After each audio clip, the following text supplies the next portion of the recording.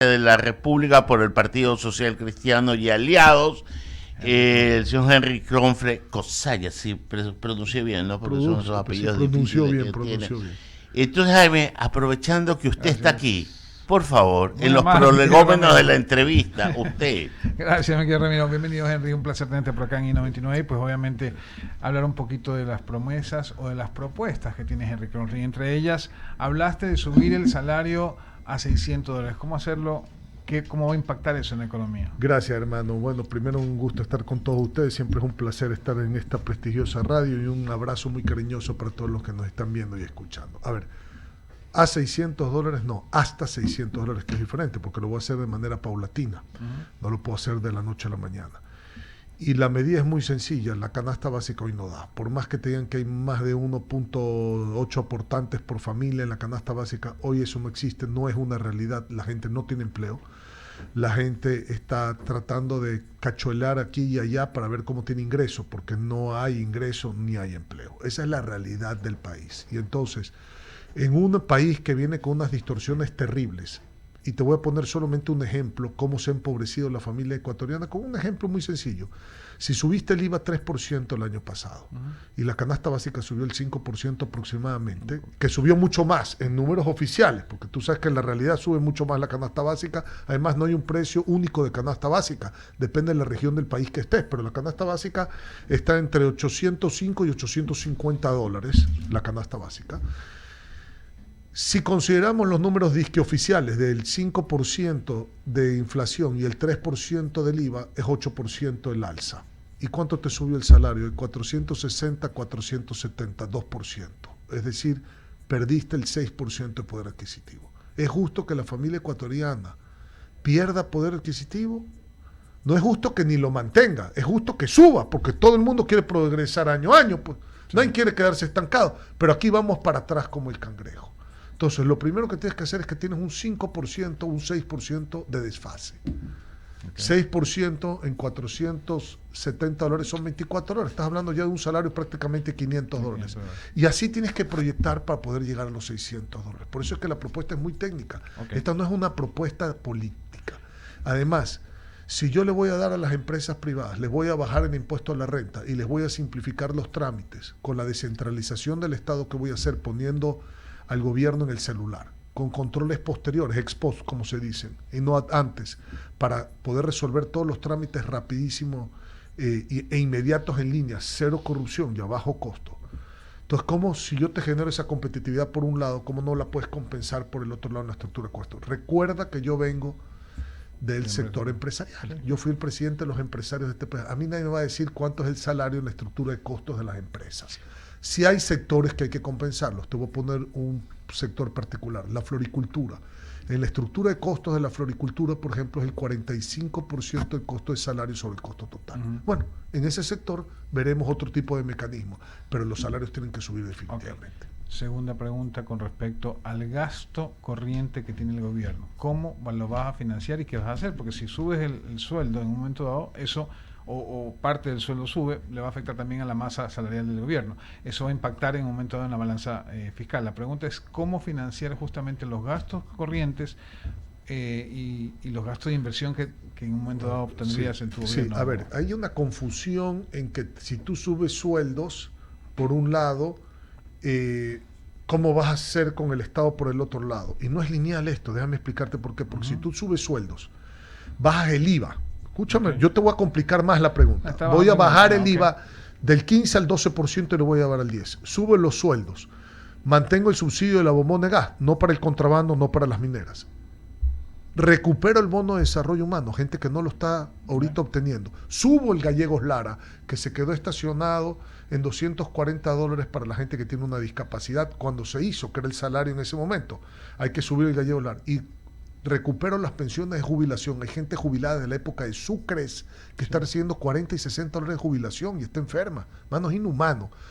¿Qué es lo que estoy haciendo? Estoy transfiriendo plata del Estado a la familia.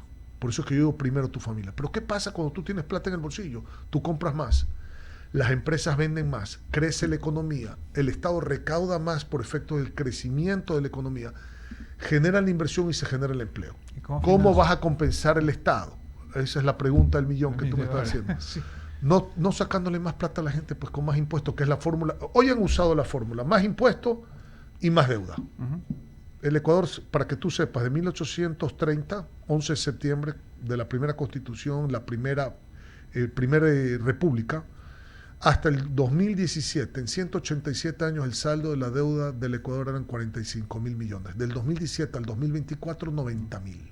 Quiere decir que en los últimos 7 años nos endeudamos exactamente en lo mismo que en los 187 primeros años. Quiere decir que la fórmula no funciona. Y estamos cada día peor, porque 30 reformas tributarias y no vamos a ningún lado. Entonces, ¿cuál es la fórmula? ¿cómo ajustas al Estado? Sí. Esa es la pregunta mía. Y al Estado lo vas a ajustar de la siguiente manera. Préstame atención. Primero, modernizándolo, poniendo el Estado en tu celular para acabar con trámite, papelería, corruptelas, etc. Segundo, cortando el robo. En 35.500 millones de dólares del presupuesto general de Estado, ¿cuánto crees que es el sobreprecio, el robo? Tercero, manteniendo la burocracia formal, pero quitando el piponajo. Hay más de 30.000 contratos, 40.000 contratos de ocasionales que se están renovando todo el tiempo, que son pipones. Hay choferes ciegos en el Estado, para que sepas, choferes ciegos en el Estado. A ese nivel estamos hablando. Ya. Las empresas públicas las voy a hacer rentables. No van a estar en manos del amigo, del coideario, del vecino, del chunta, del ñaño, del testaferro. Va a estar en manos de los colegios profesionales para ser rentables. Voy a incrementar la producción petrolera, cambiando la estructura completa de Petroecuador, haciendo una sociedad anónima. Hoy dicen que este es un país petrolero, pero de los 120.000 millones, 1.800 millones es lo que aporta el petróleo, pues el 1.5%. ¿De qué país petrolero estamos hablando? Y la minería tampoco recauda el Estado, porque la minería ilegal se ha tomado absolutamente toda la minería y la legal se está yendo porque nadie hace respetar la ley en este país. Entonces, si tú haces todas estas cosas y le das en las compras públicas, quitas los catálogos de las compras públicas que vienen con sobreprecio, abres a licitación o subastas inversas y le das movimiento a la economía popular y solidaria como prioridad sobre la compra pública, que son 6 millones de ecuatorianos pobres que pertenecen a la economía popular y solidaria, que nadie los toma en cuenta, entonces tú comienzas a dinamizar la economía y a crecer y expandir la economía. Y luego tienes que traer la inversión, pues, porque también tienes que traer la inversión. ¿Y cómo traes la inversión?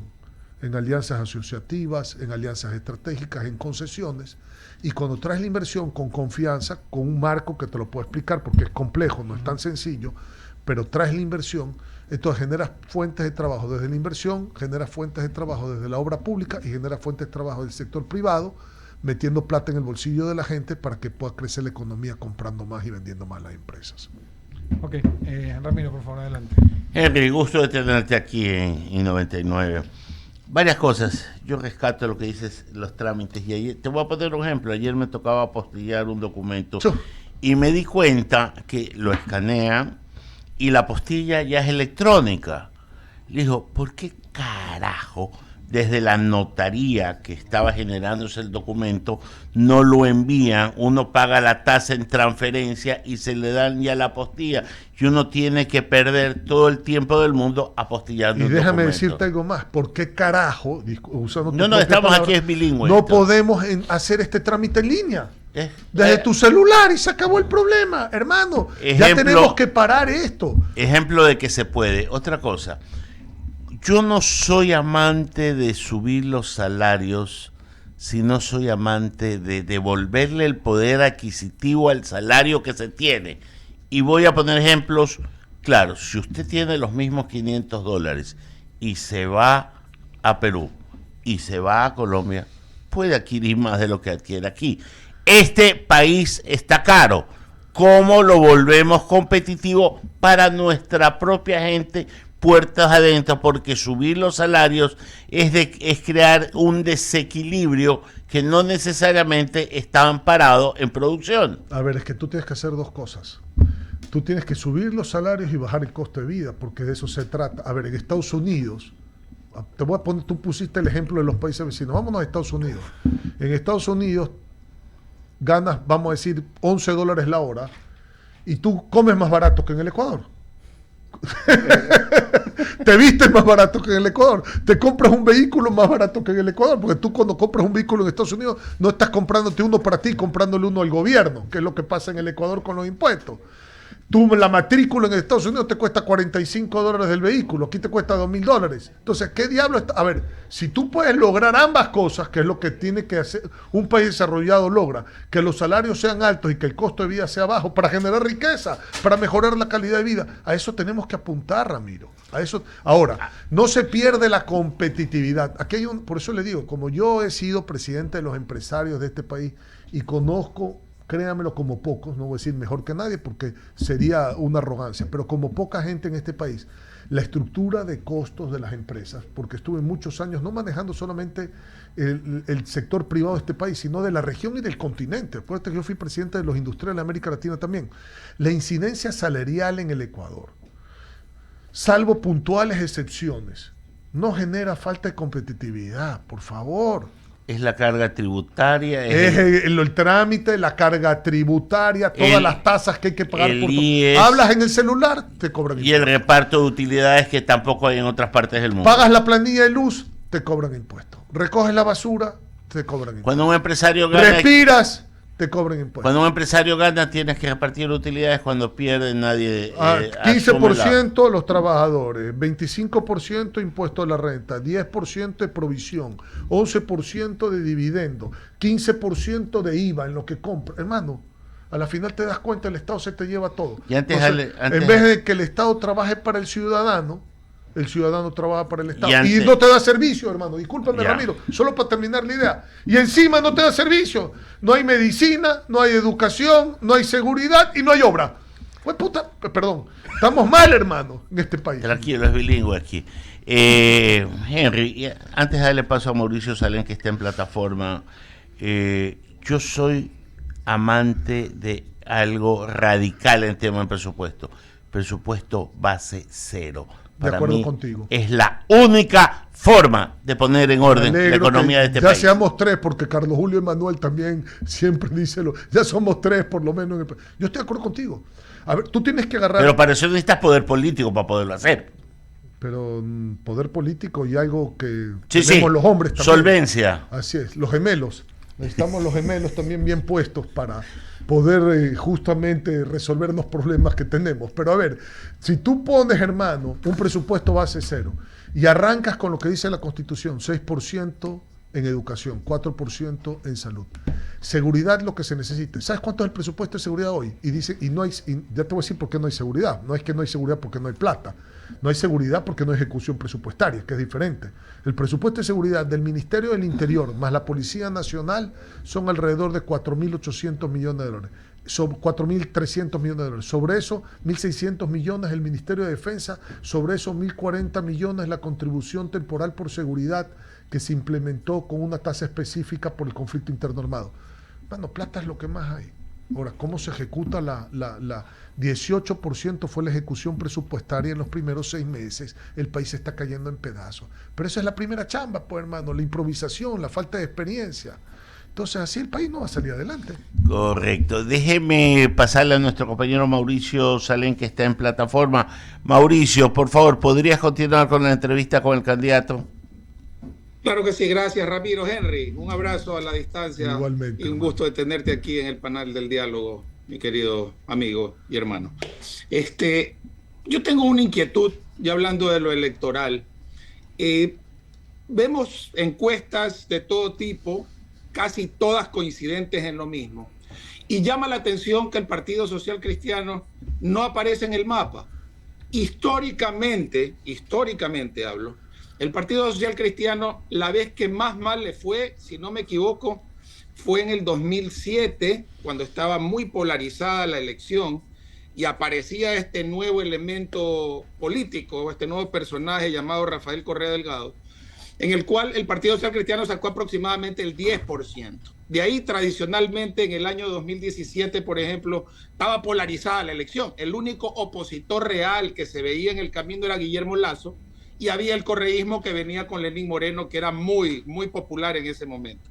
Así y todo, Cynthia Viteri sacó el 16.6%. Nunca ha habido el Partido Social Cristiano en una elección que saque menos del 10%. ¿Cómo así hoy el Partido Social Cristiano dicen que tiene el 1%? ¿Qué ha pasado?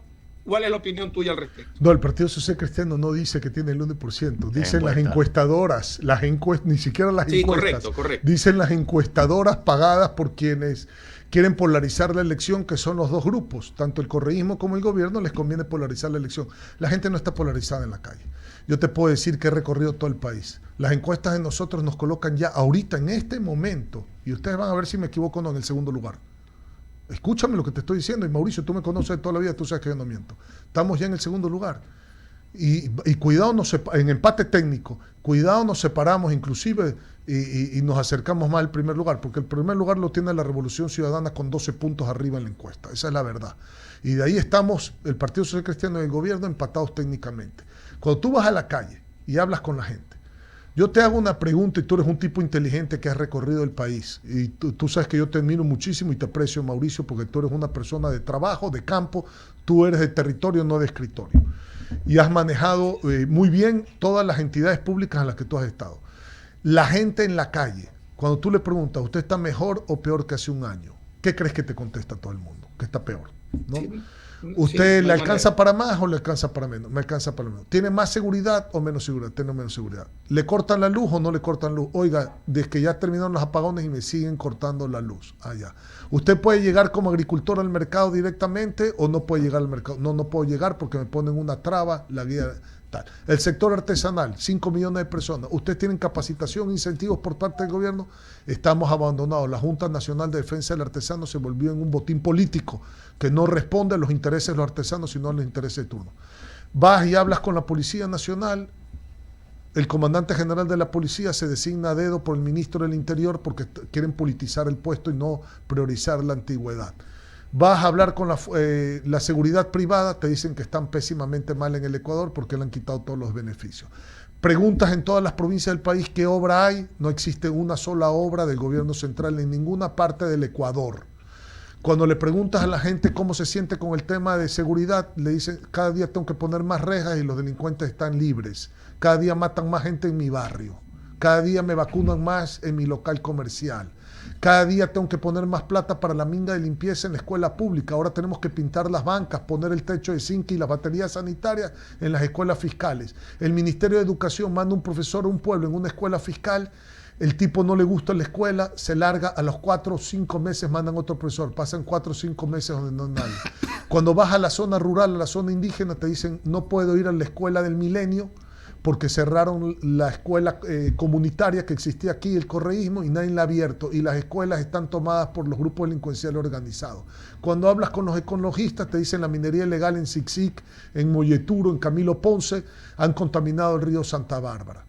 Cuando hablas con la gente de Petroecuador, te dicen la producción petrolera ha caído el 27%. Yo te pregunto, con todos estos antecedentes que te doy, y todo el mundo con miedo de que esto se está transformando ya no en una democracia, sino en un autoritarismo, porque también te lo dice la gente que no tiene el problema económico.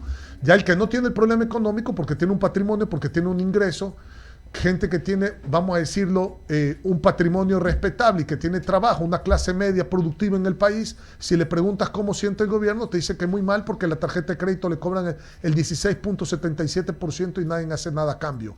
Y cuando hablas de la gente que, digamos, no tiene un problema económico, te dice ya no me gusta lo que veo porque ya no estoy viendo democracia en el Ecuador, estoy viendo totalitarismo y no me gusta lo que veo.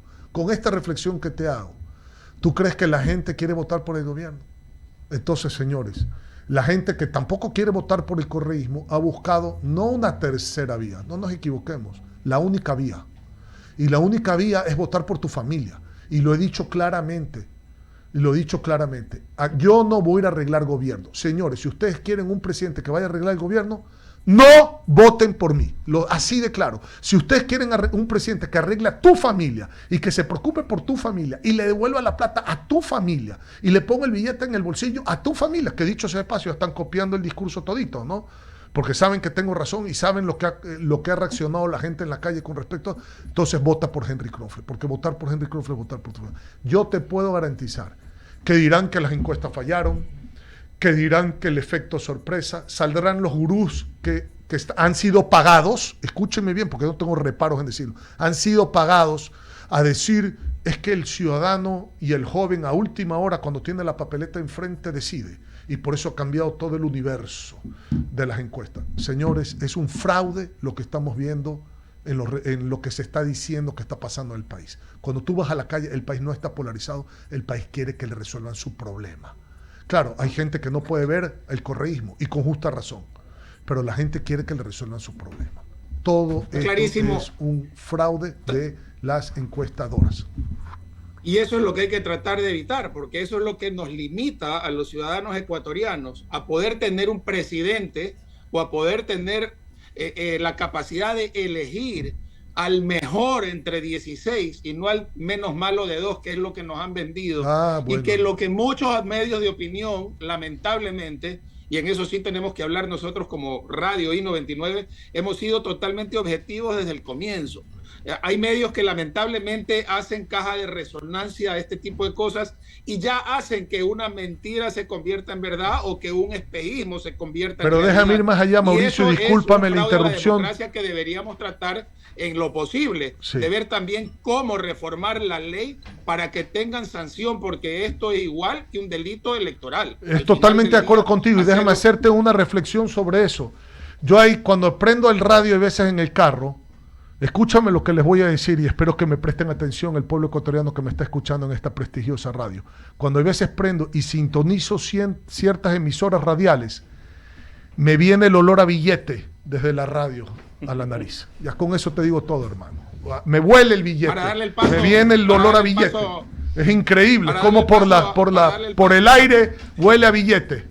Así es. Y creo que muchos han percibido eso de algunos, lamentablemente algunos medios de opinión. Antes de darle el paso a cabina, una de tus propuestas en el debate fue: voy a extraditar a Rafael Correa. ¿Cómo lo vas a hacer si eso existen mecanismos judiciales, legales, convenios internacionales, incluso con ciertos países que impiden o que impedirían, y se necesita también la medida de Interpol que ha sido rechazada varias veces? Sí. ¿Cómo lo vas a hacer? Gracias por la pregunta, porque mira, lo tengo muy bien estudiado. Te voy a explicar los elementos que existen, pero no voy a develar la estrategia, porque imagínate hacerla pública. Pero los elementos que existen son los siguientes. Lo primero, tenemos un convenio de extradición entre el Reino de Bélgica y la República del Ecuador que data de finales del siglo XIX. Ya existe. Segundo, los delitos cometidos en el Ecuador, en estos casos, existen también en el país donde lo vas a extraditar. Eso es una condición sine qua non. Ya existe.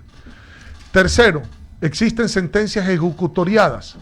Cuando se comenzaron estos trámites, comenzaron viciados. No había ni las sentencias ejecutoriadas y entonces se le dio una categoría de perseguido político. La Interpol no puede poner alerta roja internacional ni por perseguido político, ni por etnia, ni por religión. Ninguna de esas tres persecuciones tienen que ser delitos. Y en el caso de este señor, del expresidente Correa, hay delitos que están tipificados en el Reino de Bélgica y en el Ecuador. Entonces, con la ayuda de la Corte Nacional de Justicia, porque todavía hay procesos también que se están ventilando, él tiene procesos abiertos, contra sentencia ejecutoriada, de gobierno a gobierno, tú impulsas el proceso, porque hay la vía. Otra cosa es que no hay la voluntad política el día de hoy, pero conmigo va a haber la voluntad política, la vía y los gemelos para hacerlo. Ya tú me entiendes a lo que me refiero. Entonces, tenemos muy claro cómo vamos a proceder. Gracias, Henry. Doy paso a cabina. No sé quién me tome la posta ya. Un abrazo fuerte y éxito en estos 2 días que Muchísimas quedan de gracias. campaña. Gracias, Mauricio. Dale la bienvenida también a Eduardo Mendoza, el director que se integra desde este momento a la entrevista. Amigos, muchas gracias. Discúlpeme, hubo un accidente, pero no en el paso que viene del puente, en el elevado, estaban los bomberos y eso atrasó todo. Por eso no estoy a la hora como siempre, como estuve, el gusto de saludarte. Gracias, Eduardo, querido. Muy bien. ¿Preguntarnos? No, Quique, le toca. Pregunte, yo sigo ya, a ver, Henry, el presidente ayer anuncia 25% de aranceles para México. 27. Ok, 27. Yo entiendo que Estados Unidos lo puede hacer porque es una potencia, pero nosotros no. Para mí es una medida económica contraproducente. ¿Qué va a hacer Henry Kronfeld en caso de ser electo? Porque hay que hacer una revisión absoluta en el hermano, tema desviar otra cortina de humo para hablar de esto y no hablar de la sentencia de la Corte Constitucional que tiró abajo los decretos y que ya sabíamos como Asamblea Nacional en su momento que eso no se podía hacer, así como se aprobó, mandaron al registro oficial una ley que fue archivada por la Asamblea en primer debate y dijo que había actuado mal la Asamblea y le puso una cuestión penal al pobre secretario de la Asamblea Nacional, Alejandro Muñoz, en la Fiscalía le puso un proceso penal por devolverle el decreto que hoy ratifica la Corte, que hizo bien el secretario. Yo no sé ahora qué va a pasar con esa demanda penal, tendrá que retirarla el presidente porque la Corte ratifica que lo que ha hecho el secretario está correcto. A ver, en este país, hermano, o sea, se dice y se habla cualquier cosa y se tiran cortinas de humo por cualquier lado. Mira, el problema de una medida arancelaria como esta, tomada sin ninguna cuestión técnica, porque esto no tiene ningún sustento técnico, estrella algunos productos del Ecuador, que son estrellas, o sea, los manda al diablo algunos productos del Ecuador, por ejemplo, el cacao y sus derivados, por ejemplo, los productos de madera, por ejemplo, la línea blanca, los metales, alimentos que nosotros exportamos a México. De la misma manera nosotros importamos de México muchas cosas también, claro, vehículos de cobre, productos terminados de algunos tipos, ¿no? Vamos a decirlo así, el paquete transable del comercio global entre Ecuador y México supera los $800 millones. No es poca cosa. No es poca cosa. Entonces, venir a decir, ahora voy a poner 27% de aranceles unilateralmente, hay que ver cómo reacciona México. ¿Y cuáles van a ser las afectaciones? O sea, no tenemos empleo en el Ecuador y necesitamos las exportaciones. Y vienes con este tipo de cosas. O sea, es no tener idea de lo que es el comercio exterior. Discúlpame sintetizarlo así, pero esa es la verdad. Correcto. Y esa es la improvisación. Y eso es actuar con el hígado, no con la cabeza. Y estas son, y las consecuencias, ojalá que se retracte en una medida así, porque además sorpresiva, ¿no? Inconsulta con el sector privado. O sea, tú no puedes trabajar aquí divorciado por tu ánimo del sector privado cuando genera el sector privado 9 de cada 10 empleos en este país, pues. O sea, si lo primero que hemos promocionado nosotros es que hay que ir de la mano, la academia, las organizaciones no gubernamentales, los sindicatos, los empleadores y el gobierno para poder consensuar propuestas en el marco de una propuesta país, pero no tomar decisiones de esta manera, pues. Correcto. Es terrible. Eduardo. Querido Henry, un gusto de saludarte y con esto, para dejarte ir. El domingo en el programa de Elecciones 2025 hablamos de muchas cosas. Se nos pasó algo, hablar del seguro social. ¿Qué haces tú, qué harías tú de llegar a ser presidente con el seguro social? Porque es un tema que nos atañe a todos, querido amigo. 4 cosas muy simples. La primera, evitar a toda costa que el Estado le siga metiendo la mano a los fondos de la seguridad social para financiarse a la burocracia. Eso es impresentable, porque es dinero privado que está cayendo en el saco roto de este lagarto llamado Estado que traga impuestos y no vomita servicios. ¿Y cómo lo voy a hacer? Yo presenté ese proyecto en la Asamblea Nacional, lo aprobamos en la Asamblea Nacional, lo vetó totalmente el presidente, pero después de un año se puede ratificar la Asamblea Nacional en ese texto. Impulsaré que se ratifique la Asamblea y seré totalmente respetuoso de esa decisión porque yo mismo lo presenté y creo en eso. No más metida de mano a los fondos de la Seguridad Social. Primer eje. Segundo eje. ¿Por qué tiene que ser el gobierno el que maneje el directorio de la Seguridad Social si los fondos son privados, no son fondos públicos? ¿Por qué? Entonces, para mí el directorio de la Seguridad Social tiene que estar en manos de los trabajadores. Y les pediré a los sindicatos de todo tipo, a todas las ramas que elijan o que envíen sus ternas para votación en el marco de tener un directorio en manos de los trabajadores. Ahí tiene que estar la Seguridad Social. Tercer eje. Me imagino que tú sí le pides a tu banco un estado de cuenta todos los meses y revisas. ¿Por qué no le pedimos el estado de cuenta al Banco del Instituto Ecuatoriano de Seguridad Social para saber dónde carajo están las inversiones nuestras? Vendrán. ¿Dónde está la transparencia de ese proceso? Claro, no lo publican porque le dan $3.000 millones al gobierno, al 1%, y reciben bonos, y dicen seguridad. Eso es parte de la inversión dentro de los criterios de seguridad, liquidez y eficiencia. Discúlpame, esto es impresentable. Pues no hay una medicina y le están dando la plata al gobierno al 1% en bonos. ¿Qué diablo está pasando? Entonces, queremos transparentar esas inversiones del Banco del Instituto Ecuatoriano de Seguridad Social. Y la cuarta, que es una reforma que la he conversado con algunos sectores, pero que hay que profundizarla, porque aquí tú no puedes actuar porque es dinero privado, no es dinero público, tienes que actuar con el consenso de quienes representan la institución. Y es, ¿queremos que la seguridad social siga manejando la salud en el país? Hay que hacernos esa pregunta. Hay que hacernos esa pregunta. Porque es un colapso, 6 meses para que den una cita, no hay plata. La gente se termina muriendo. La gente se termina muriendo. ¿Queremos eso? ¿O queremos llegar a un acuerdo para que ese 40% de la aportación del Estado sustituya, a través a lo mejor de la estructura privada, el tema de la atención de salud de la seguridad social? Pero es un planteamiento que eso no se puede tomar la decisión del gobierno, porque el fondo no es del gobierno, el fondo es privado. Y es un planteamiento que hay que hacerse, que ya lo he conversado, lo he venido conversando, gusta la idea y que hay que pulirla. Pero los 3 primeros ejes hay que actuarlos inmediatamente. Transparencia, control de los trabajadores, cero metida de mano a los fondos. Solo un comentario al control de los trabajadores. ¿Quieres que lo controlen los trabajadores, que vaya un trabajador, o que los trabajadores tengan derecho a nombrar a alguien capacitado al directorio del IES? Que vayan representantes de los trabajadores puestos por ellos al directorio del IES, a los 3 puestos, porque los empleadores son trabajadores, los trabajadores son trabajadores, y el gobierno, que hoy se acapara porque aporta ese 40%, también son trabajadores públicos que aportan la seguridad social. Entonces tiene que estar en manos de los trabajadores. Henry, hablando de un tema más, ya hablamos de la seguridad social, has tratado todos los temas.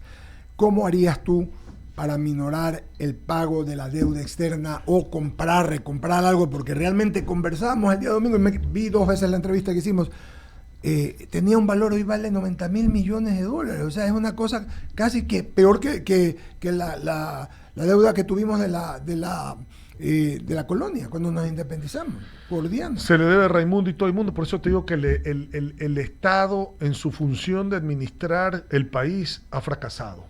Y si tú gastas más de lo que tú tienes, mi querido Eduardo, tú quiebras. Por supuesto. Pero si el Estado gasta más de lo que tiene, te saca impuestos, en deuda y tú quiebras, que es la donde nos han llevado. Porque el Estado no quiebra, quiebras tú. Sí. Hablemos claro. Por eso es que hay que ponerle un alto. Entonces, te voy a hablar a corto plazo, porque la reestructuración de toda la deuda es un tema de largo plazo. Y no solamente es una reestructuración, porque no puedes caer en reestructuración per se. El término es una sustitución de deuda más barata y de más largo tiempo. Y no necesariamente tiene que ser hasta más barata. Mientras sea más largo tiempo, nos puede dar oxígeno para tener flujo en la economía y poder sacar adelante los graves y grandes problemas que tiene el país. Pero, por ejemplo, déjame entrar a un ejemplo. Tú tienes que pagar el próximo año, en este año, 2025, tienes que pagar 7.700 millones de dólares de amortización de deuda. ¿Qué quiere decir amortización de deuda para los que nos están escuchando? Capital. Y tienes que pagar alrededor de 3.300 millones en intereses. Son 11.000 millones de dólares de los 35.500 millones del presupuesto general del Estado. Es decir, el 33% del presupuesto solo en deuda externa. Fuera de la deuda interna, tienes que pagar 3.200 millones de dólares a GATS, a gobiernos autónomos descentralizados. Tienes que comprar entre seguridad, salud, educación y el sistema judicial alrededor de 3.400 millones de dólares en insumos. Tienes una nómina de alrededor de 10.000 millones de dólares en el sector público, etcétera. Ya no voy a entrar en el desglose del presupuesto. Tienes un presupuesto de seguridad de más de 6.000 millones entre el Ministerio de Defensa, el Ministerio del Interior y la Policía. Tienes un presupuesto que debería de ser el 6% en educación sobre Producto Interno Bruto, que deberían ser 6.000 millones de dólares aproximadamente, etcétera. Entonces, voy a entrar en un ejemplo que es lo que tienes que hacer. Por favor. A ver, ¿qué haces tú con los 7.700 millones, que es más del 20% del presupuesto general del Estado que tienes que pagar de amortización de capital? Pides prestado dinero afuera ya y pagas. ¿Cuánto incrementaste la deuda? 0. A mí no me quita el sueño pagar el capital. Me endeudo en un préstamo nuevo. Ya. Que la condición ahora el 6%. Bueno, a lo mejor la condición puede ser el 7, pero no se vence hoy, se vence en 25 años. Claro. Entonces me da flujo, me permite trabajar los problemas sociales y pago, porque no me endeudo en absolutamente nada. El problema son los intereses. Así es. Porque los 3.300 millones de deuda son gastos. Claro. Entonces, si tú tienes 3.300 millones de dólares de gasto de interés y tú tienes una recaudación tributaria de alrededor de 15.000 millones, y yo te digo voy a bajar el IVA 3 puntos porcentuales, voy a bajar 1.200 millones la recaudación, tengo que incrementar la recaudación por efectos del crecimiento económico, devolviéndole la plata a la gente para que haya más consumo. Tengo que compensar con inversión nueva. Tengo que compensar con Petroecuador que me produzca plata, la empresa pública que ha caído 27%. Tengo que compensar. ¿Qué pasa con el Estado hoy? Fíjate lo que hace el Estado. Dinero de los gobiernos autónomos descentralizados, se los chupa, no es su plata, y no les paga. Dinero de la Seguridad Social, se lo chupa, y no es su plata, y no les paga. Dinero de la gente, más impuestos, se lo chupa. Dinero de las empresas, contribuciones, se lo chupa. Dinero de las empresas públicas, no tienen ni cómo operar. Selec se queja de que se le llevaban la plata del excedente, del superávit que tenía como empresa pública. Se lo chupa.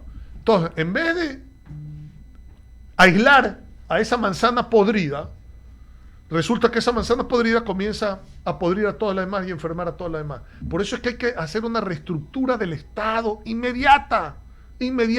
Cuando yo digo voy a modernizar el Estado y voy a poner el Estado en tu celular, cuando digo voy a sacar a los pipones y voy a dejar la burocracia formal, cuando digo voy a meter presos a los ladrones, voy a quitar los catálogos, le voy a dar prioridad a la economía popular y solidaria, voy a poner a los colegios profesionales a manejar las empresas públicas, voy a reestructurar Petroecuador y la minería. Y voy a apostarle a la inversión nacional y extranjera, liberando las licencias ambientales y trayendo inversión en estos segmentos, sobre todo las grandes inversiones en el sistema energético que se necesitan. Es porque hay que compensar al Estado de lo que le sacas, pero haciéndolo eficiente, pues. Pero no haciendo ese mismo saco roto que nunca tiene llenadero, pues. Es decir, prestas para pagar el capital. Y el tema de los intereses... Tengo que generar la plata en el Estado, pero no sacándole a la gente, pues. Claro. Recortando el robo. ¿Cuánto crees que hay en robo de 35.500 millones de dólares? Ah, bueno, tú me dices, entonces a lo mejor 20%, ya son 7.000 millones. Calcula eso. Bueno, ya eso ya es lo que tenías lo que tienes de pagar en un año de deuda. ¿Y cuándo vamos a recuperar lo robado? Que es muy difícil porque hay estructuras y de gente que, ¿me entiendes?, para proteger el dinero robado, pero hay que seguir buscando el dinero robado. Pero es la única forma de poder salir del problema. Pero tú no vas a salir del problema pasándole el problema a la gente. Yo arreglo el Estado a costilla que todo el mundo en este país sea miserable. Te voy a quitar hasta tu casa para arreglar el Estado. Y prefiero no tener Estado y no me quite mi casa. Se acabó el problema. Entonces eso es lo que hay que contestar, pues, hermano. Entonces aquí hay que cambiar. Yo prefiero no tener Estado antes que la gente cada día esté más pobre. Porque ¿para qué queremos Estado si la gente va a estar cada día más pobre? Queda muy claro, Henry. Agradecerte tu amabilidad, felicitarte por la última cuña que sales con tu señora, te lo dije aquí. Muchísimas porque gracias. Se le da énfasis a la familia. Hermano, somos gente de importante. Y créemelo, nada es actuado, somos gente de familia. Ayer cumplí 29 años de casado con mi esposa. Tuve el privilegio, como siempre digo, la gracia de Dios. Tengo mis hijos que han venido ahora al Ecuador para votar porque no viven aquí. Y tener una linda familia, hermano, es la riqueza más grande que uno pueda tener. No hay otra riqueza más grande que tener una linda familia y tener salud, hermano. Amén. Querido amigo, gracias. Suerte, seguiremos conversando para las elecciones. ¿Te ibas a decir algo, Ramiro? No, suerte, deseale, porque en verdad el discurso es un hombre correcto. Claro. Ahora esperemos que sintonice con el pueblo. Hermano, gracias a Dios, te digo la verdad, donde voy la gente me abraza, me dan hasta la bendición en la calle, la gente. Bueno. Es increíble el cariño, ustedes se van a sorprender. Y bueno, solo para cerrar, si quieren votar por su familia, voten por Henry Kronfler. Y volvamos a tener presidente en este país. Muchas gracias, Henry Kronfler. Vamos a pagar el corte por allá. Por aquí está ya el maestro Javier Segarra, ya lo vamos a saludar. Víctima, igual que yo, del tránsito, ese de los bomberos terrible, pero ya regresamos. Vamos al corte.